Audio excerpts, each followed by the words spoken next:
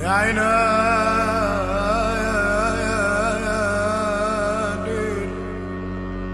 يا عيني يا ليل في وشوش الناس في وشوش الناس وفي كم منزل كده الصرف الصحي على الماء على النيل. اللي ناقص المياه الحلوه والصرف الصحي بس. والمستشفى القناطر دي تنضف شويه، ما فيهاش دكاتره اساسا، هي مستشفى. اللي هو عبد الفتاح السيسي مظلوم لانه وراه منظومه فاشله. بقول لك منظومه فاشله، والصالح الكويس اللي فيهم بيحاولوا يشيلوه وينكروه. انما الراجل كشخص بني ادم يعني عايز يعمل كل حاجه بس ما حدش مساعده. يعني السيسي ما حدش مساعده. وشفت الشر وشفت الشر جوه العيون، شفت الدين. الطرنشات ضربه زي ما انت حضرتك شايفاها كده.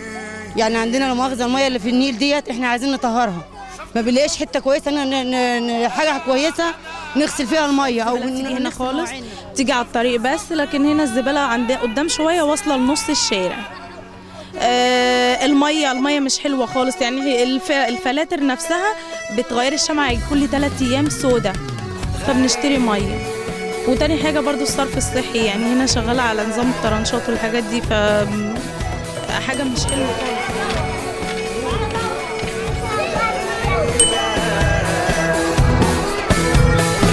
في بلاد غريبة أنا شفت ناس تتباع بالمال، وأب بيشقى على لقمة حلال.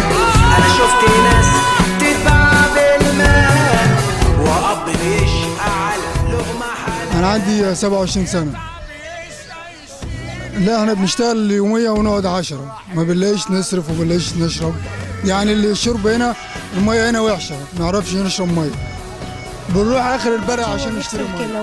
وبيجري على موضوع زرع وكده والامكانيات معاهم مش مكفيه ان هو يزرع، فيعني لو حد يساعد بحاجه يعني وكده.